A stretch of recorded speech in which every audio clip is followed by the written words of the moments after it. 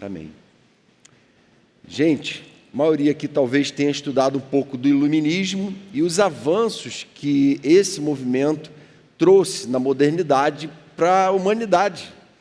Na verdade, muitos avanços científicos, muitas grandes descobertas, muitas coisas que para nós adiantam muito hoje. E a gente louva a Deus pela vida de todos esses descobrimentos, de todas essas descobertas e desenvolvimento de medicamentos e uma série de coisas. Agora, o que aconteceu também pós-iluminismo foi a perda de uma noção do transcendente, de um Deus, porque, na verdade, os grandes pensadores iluministas muitas vezes colocavam de lado a necessidade de um Deus e entendiam que o homem cada vez menos ia precisar recorrer à religião e que Deus, então, logo estaria morto. E a gente está aqui 200, 300 anos depois, vendo a fé crescer no coração das pessoas e vendo gente se convertendo não só ao Evangelho, mas até a outras religiões em busca dessa relação com Deus, com o transcendente, com aquele que é glorioso, está acima de qualquer noção materialista. Mas muitos ainda vivem presos a uma noção materialista e reducionista por isso. Muito presos àquilo que se pode adquirir, aquilo que se pode controlar, aquilo que eu posso fazer com as minhas mãos, mesmo que não de uma forma consciente e declarada. Então eu posso viver como se Deus não existisse, resolvendo meus próprios problemas do meu jeito, a partir do que eu acho melhor, como se Deus não existisse, mas aqui fora eu digo que eu sou cristão. Mas, na verdade, eu vivo como se ele não existisse. Então, esse é um absurdo que pode acontecer. E aí, às vezes, a gente, sem perceber, está vivendo assim, não está entendendo por quê. A fé que a gente professa em Jesus não está transformando a nossa vida. Sem a gente perceber, influenciado por essa forma de pensar, a gente perdeu a consciência do transcendente, a gente perdeu o senso de missão, do chamado glorioso, perdeu o senso da eternidade, porque a gente está vivendo de uma forma totalmente condicionada pelo materialismo racionalista, por isso reducionista, que reduz o homem só aquilo que ele pode descobrir, controlar, manipular, não é?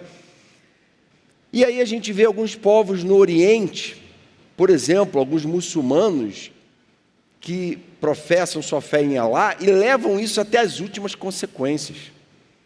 Todo dia eles se ajoelham 3 vezes na posição de Meca e fazem a oração deles. Eles estão dispostos 5 vezes, obrigado Felipe, 5 vezes. E eles estão dispostos a morrer por Alá.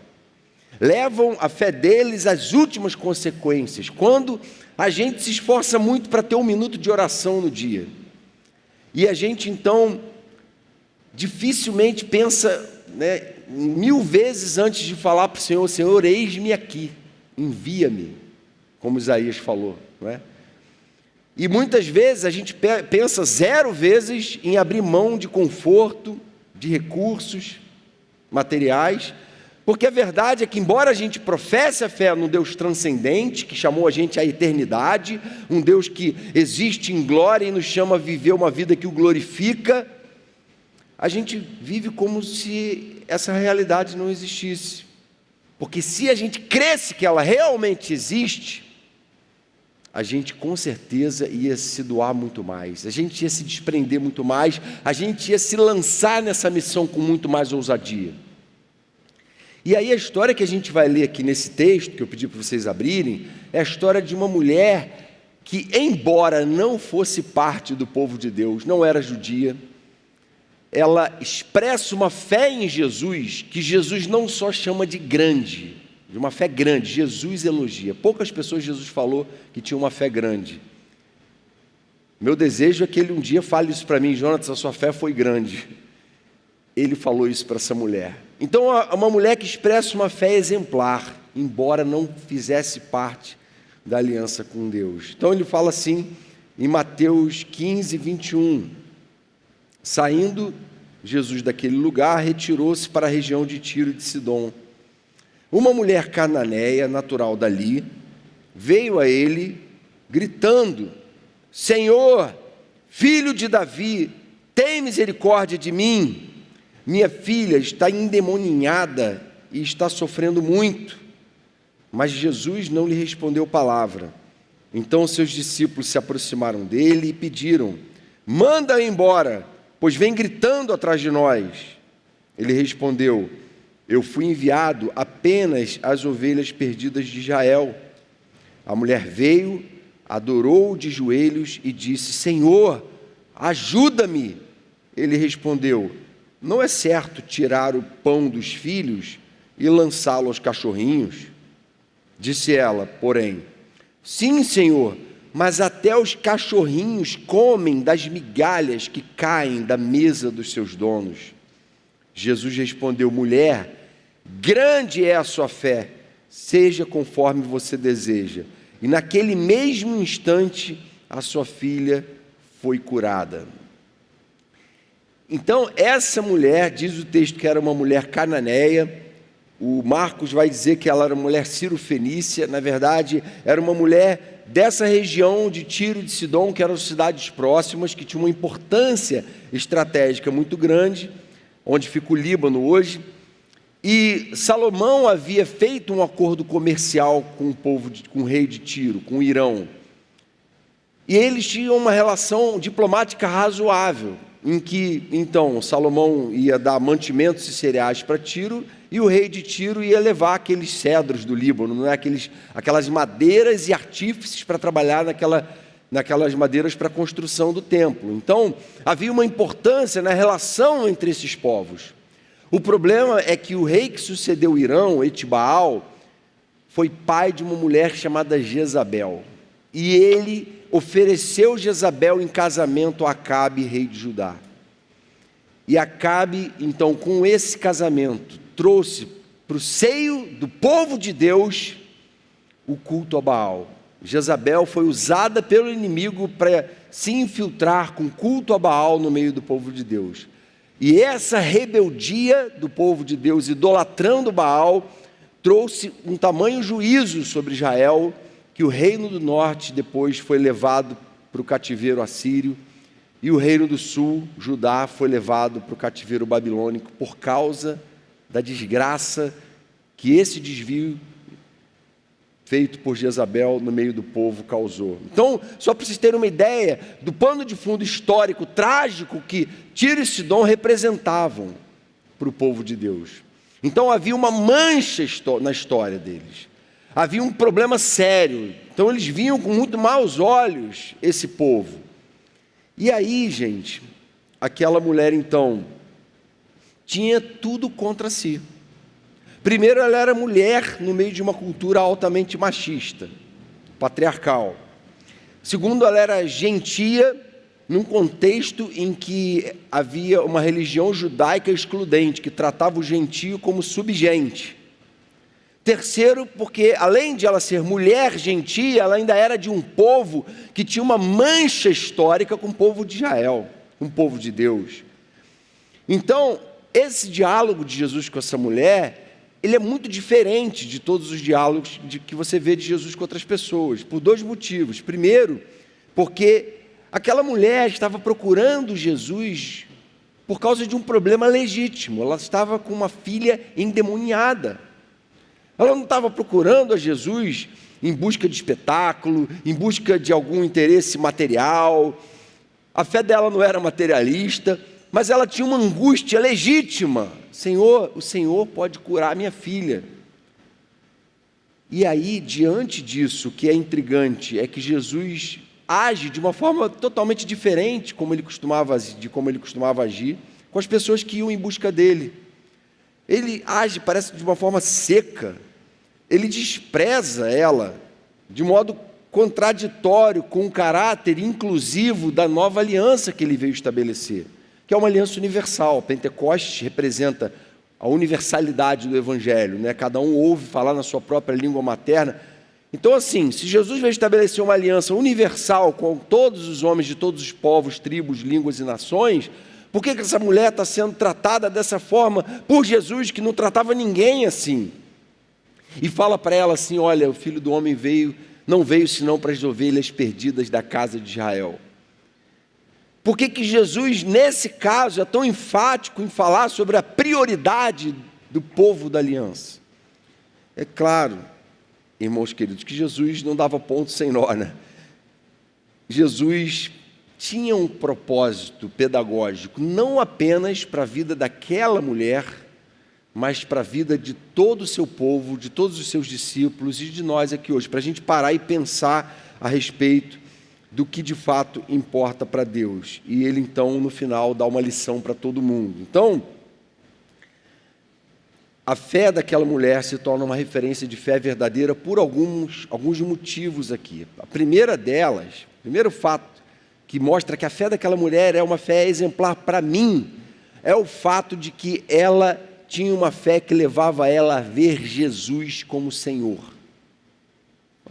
Tranquilo, todo mundo que crê em Jesus como Senhor, reconhece que Jesus é Senhor.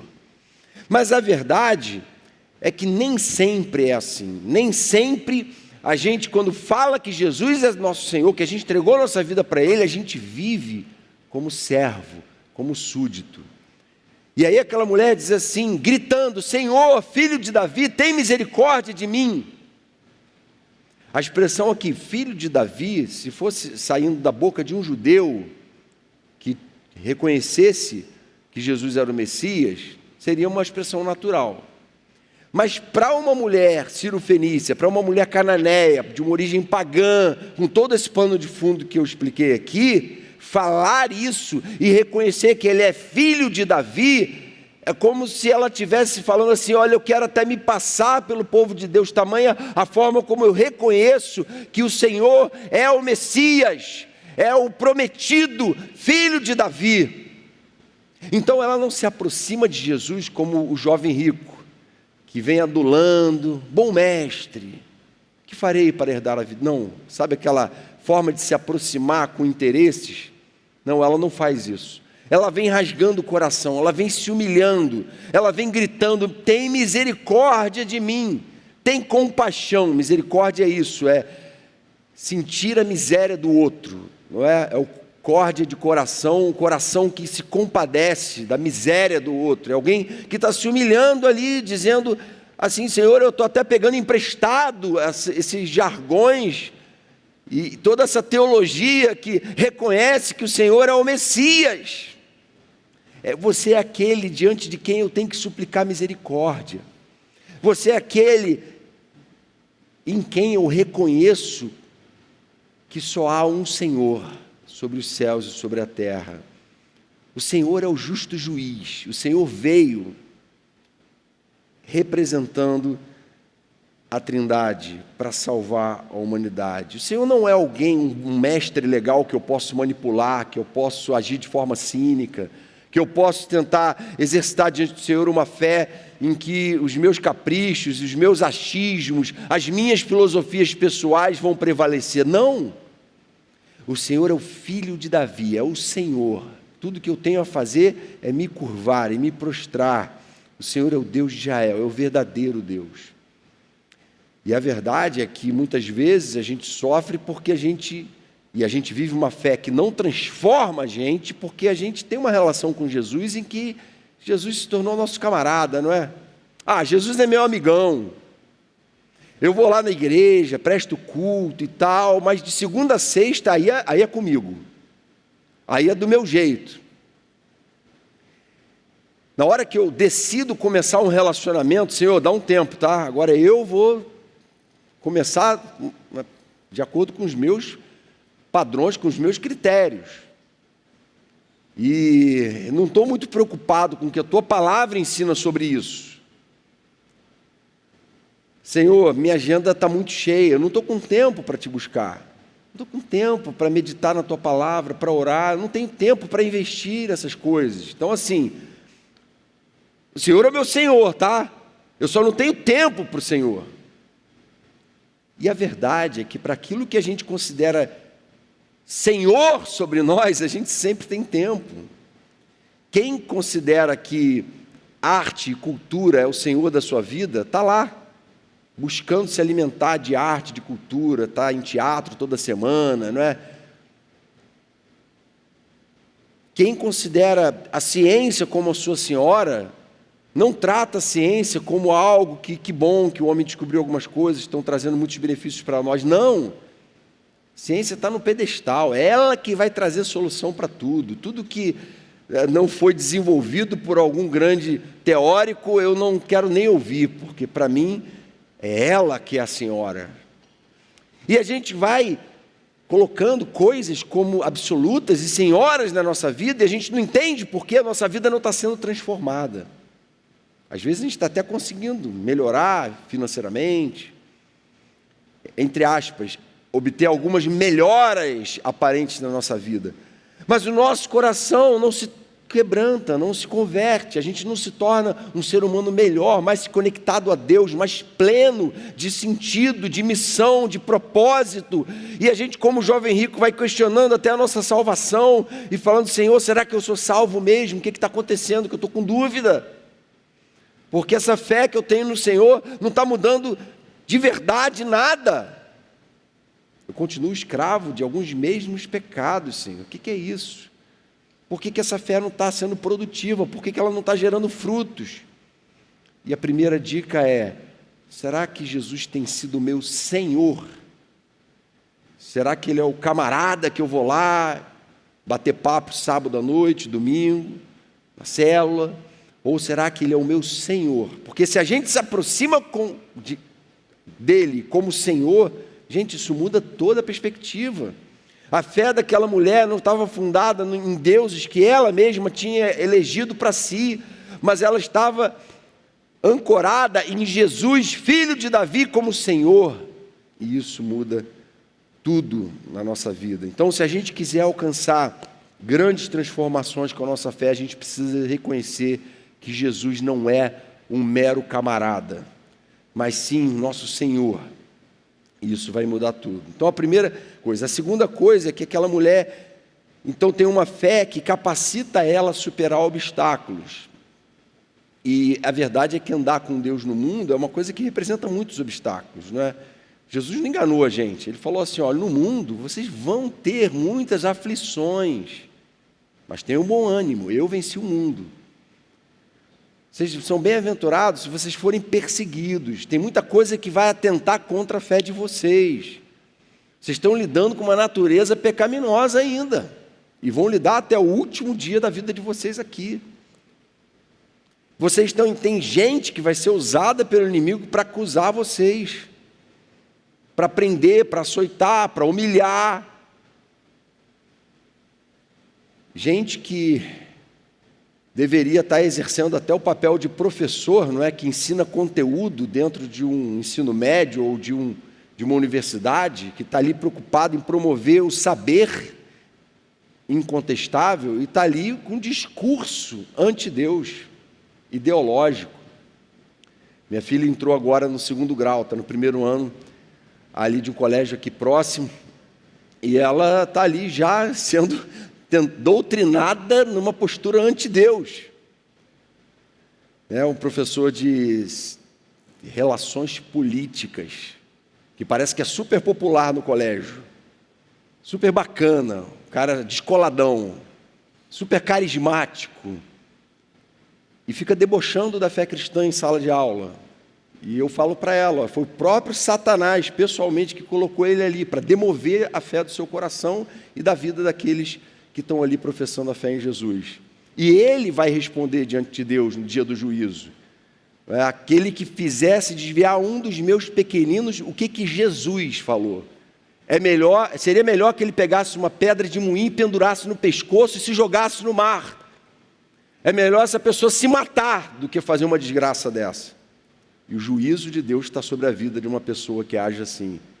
Embora ele se ache muito popular, ele vai ter que responder diante de Deus. Essa que é a verdade. Então, são obstáculos que se levantam diante de nós na nossa fé. E Deus, então, permite que Jó enfrente alguns obstáculos. E essa mulher, então, enfrenta aqui pelo menos 3 obstáculos que eu queria levantar. O primeiro deles é a aparente indiferença do Senhor. Jesus não lhe respondeu palavra, o verso 23. Olha só, como assim? Jesus não respondeu palavra. Ele simplesmente ignora a mulher. Jesus, eu ouvi dizer que todo mundo que vem até o Senhor responde, o Senhor atende, o Senhor cura, o Senhor opera, e agora eu estou aqui com minha filha endemoniada, e o Senhor não está nem aí para mim. Ela poderia agir assim. Que tipo de Deus é você que nos compadece, não é? Então, a verdade, gente, é que a aparente demora de Deus em responder não muda o caráter dele, mas muda o nosso. Muitas vezes Deus demora sim em responder, porque Ele está colocando a gente à prova, e está querendo saber que qualidade de fé é essa que a gente tem. E Ele fez isso com Jó. E a conclusão de Jó é que tudo aquilo por que ele havia passado tinha aproximado ele muito mais de Deus. E quando Jesus põe a fé daquela mulher à prova, ignorando ela, ele estava querendo que o povo dele ali olhasse e falasse: caramba, e agora? Ele ignorou ela. Como é que vai ser a reação dela? Ela vai cuspir nele, ela vai negar ele, ela vai contestar ele, questionar a autoridade dele. Não, não é isso que ela faz. Às vezes a gente é imediatista, não é? E aquela mulher não era assim. Ela sabia que ele era Senhor. E quando a gente sabe que Jesus é Senhor, a gente não contesta ele. O que a mãe de Jesus lá no casamento, nas bodas de Caná, fala? Quando acaba o vinho, ela fala para os empregados o seguinte: ó, façam tudo o que ele disser. Eu não sei o que ele vai fazer. Aí ele fala assim, ó, encham 600 litros d'água, 6 vasilhas que no final das contas vão dar 600 litros d'água. Como assim? A gente não precisa de água, a gente precisa de vinho, foi vinho que acabou, água a gente tem. E ela fala, façam o que ele está mandando, ele é Senhor. E muitas vezes a gente quer questionar a atitude de Deus. Então, esse é um primeiro obstáculo que a gente tem que derrubar. É a gente ir até Jesus e esperar nele. Senhor, pode estar demorando, mas eu sei que o Senhor tem um propósito. E eu confio no Senhor. Tem-se dito que a ansiedade da qual a gente às vezes sofre, nada mais é do que prova da nossa desconfiança de Deus. Ansiedade é a incapacidade de confiar em Deus, e quando a gente entrega diante dele, a gente confia nele, a gente espera nele, então esse obstáculo é derrubado. Foi o que ela fez. Segundo obstáculo, as palavras de desprezo dos discípulos. Verso 23, então seus discípulos se aproximaram dele e pediram, manda-a embora, pois vem gritando atrás de nós. Manda ela embora, mulher chata, desse povo horrível, que fez tanto mal para o nosso povo. Pô, fica gritando atrás da gente, Senhor, coisa inconveniente. E às vezes, gente que a gente esperava que fosse, poxa, ser bênção na nossa vida, afinal de contas é da igreja também, não é? Age assim errado com a gente. Eu me lembro quando me converti, alguns de vocês não eram nascidos em 1993, quanta gente agiu mal comigo, quanta gente errou comigo ali, naquela igreja. Mas eu estava tão focado no Senhor, eu estava tão apaixonado por Jesus, tão encantado pela palavra dele, e tinha tanta gente ali que me abençoava, que todas as falhas que cometeram comigo foram totalmente relevadas, porque havia uma experiência real com Deus. Eu não deixei que aquele obstáculo atrapalhasse a minha relação com Jesus. Então, cuidado, se você se tornou uma pessoa muito sensível. Não, se eu estou aqui na igreja, todo mundo que está aqui tem que agir de uma forma ideal, diplomática, perfeita comigo, amorosa, calorosa o tempo todo. Não é assim. As pessoas são humanas, elas falham, elas são pecadoras assim como você. E você não pode deixar que a falha que alguém cometeu, seja ele líder ou não dentro da igreja, te afaste de Jesus e daquilo que ele quer fazer no sentido de transformar a sua vida. Haja com graça com essa pessoa, que ela também é humana como você. Então, nem sempre os crentes que Deus colocou à nossa volta vão ter sabedoria para orientar a gente. Mas quando a obra que está sendo feita no nosso coração está sendo feita pelo Espírito Santo, esses erros não abalam a gente. Foi o caso dessa mulher. Terceiro obstáculo, o foco da missão do Senhor. O Senhor tinha um foco. O foco era os filhos perdidos da casa de Israel. Ele estava ali para alcançar judeus.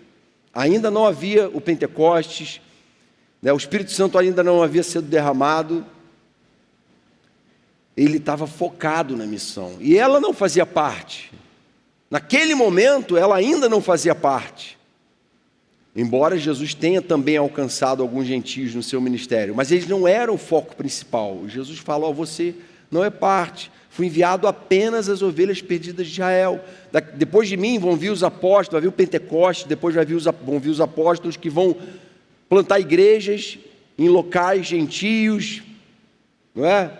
Corinto, Roma, e o evangelho vai se expandir, mas ainda não chegou esse momento.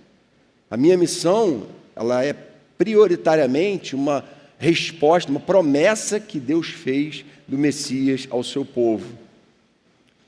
E aí, olha o que Jesus fala para ela: não é certo tirar o pão dos filhos e lançá-lo aos cachorrinhos. Sabe que Jesus estava fazendo isso? Falando aqui, ele estava humilhando, não aquela mulher, mas toda aquela cultura que era tratada dessa forma, por ser uma cultura altamente pagã e oposta à fé em Deus. Então, ele usa uma expressão forte que os judeus exclusivistas usavam, no sentido assim, de que a gente tem que focar os filhos da aliança, e não pode tirar deles para dar aos cachorrinhos, para dar aos outros desesperados que estão fora. Eles são secundários dentro do propósito da aliança. Então o foco da missão do Senhor não era ela. E aí hoje, o foco da missão do Senhor somos nós, gentios também.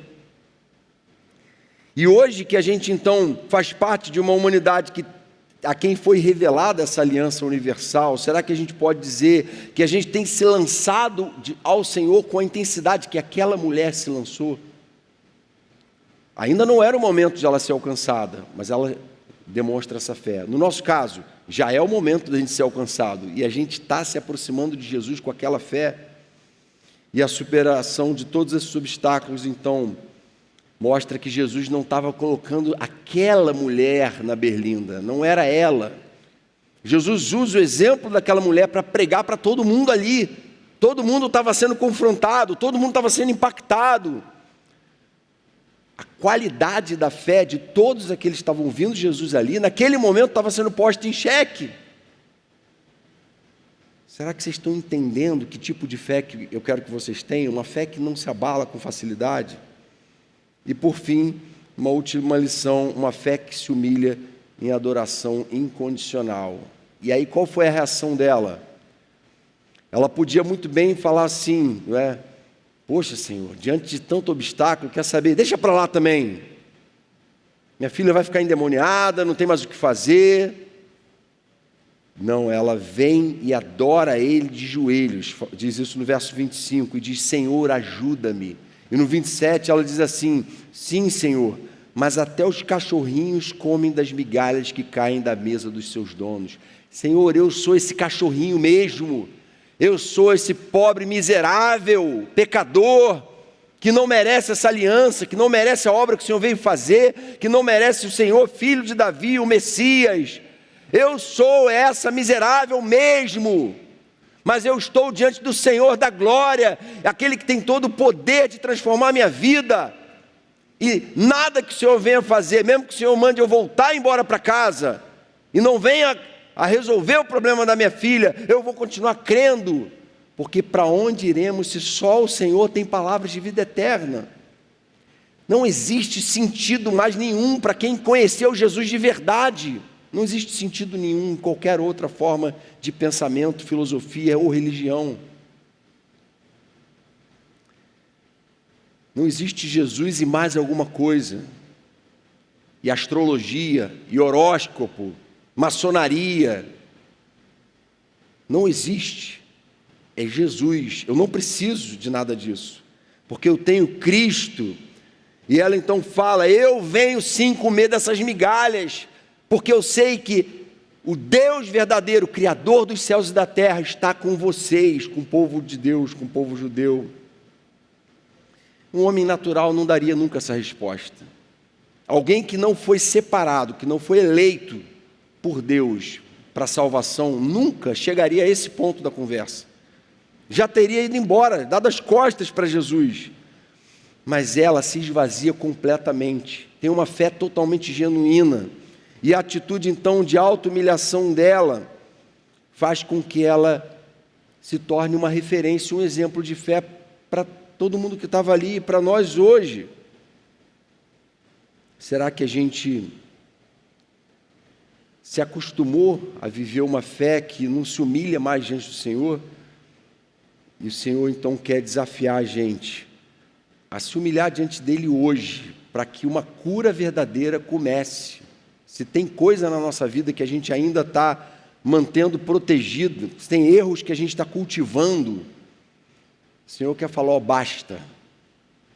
Se você continuar vivendo esse tipo de fé que tenta conciliar uma vida na igreja com uma vida de pecado, pouca coisa vai mudar na sua vida. Na verdade, nada vai ser transformado, porque você está vivendo um auto-engano.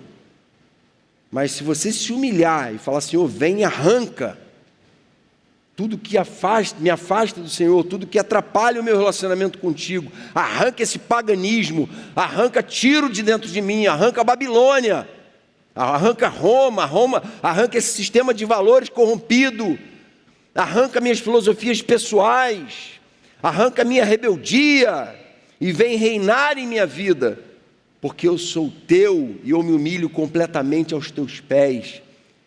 Se a gente fizer isso, a palavra diz que Deus resiste aos soberbos, mas aos humildes Ele concede a sua graça. É impossível alguém humilde não ter a sua vida transformada, impactada. Quando ela fala isso, verso 28, Jesus responde assim: mulher, grande é a sua fé. Seja conforme você deseja. E naquele mesmo instante a sua filha foi curada. Naquele mesmo instante, Jesus ordena para dizer o seguinte: olha, mulher, o tempo todo eu sabia quem você era, eu sabia qual seria a sua reação. Eu sou o Senhor, eu sei de todas as coisas. Mas eu coloquei você à prova para mostrar para todo mundo que está me ouvindo aqui que existe um nível de relacionamento com Deus em que não tem como a vida continuar da mesma forma, em que a vida é sim transformada, em que a cura vem, em que a libertação acontece, nossa e daqueles que a gente ama, que estão à nossa volta, e a filha dela então é liberta. Então, algumas aplicações breves aqui para a gente encerrar. A primeira delas: decida que só Jesus será o seu Senhor. Jesus não é um sábio eremita, Jesus não é o cara da autoajuda, Jesus não é meu amigão do peito apenas. Ele é Senhor. E se Ele é Senhor, eu vou agir como servo. E se Ele é rei, eu vou agir como súdito. A minha atitude com Ele vai ser de alguém que sabe que Ele é que sabe o que pensa a meu respeito. Ele que sabe o que pensa. Se de fato a gente reconhece Jesus como Senhor, a gente é liberto do nosso auto-engano e a gente passa a enxergar tudo na perspectiva da verdade revelada por Ele. Se a gente sabe que Jesus é Senhor, a gente lê a Bíblia diferente, a gente lê os Evangelhos de uma forma diferente, a gente é impactado por textos como esse de uma forma diferente. Eles tocam a gente, eles mexem com a gente, e a gente passa a ter vergonha de certas atitudes nossas, não é verdade? Então decida que só Ele vai ser o seu Senhor, de que tudo que se opõe a Ele e ao propósito dEle na sua vida, você quer deixar de lado, você vai abandonar, e você vai buscar essa transformação aos pés dEle como Senhor. Segunda aplicação: aceite as provas como parte do seu crescimento. Entenda que há propósito e sentido em talvez Deus não está respondendo tão rápido, em talvez alguns obstáculos entre você e uma caminhada com Deus, para a sua caminhada com Deus, estão acontecendo, mas isso não é necessariamente ruim. Deus quer que você cresça.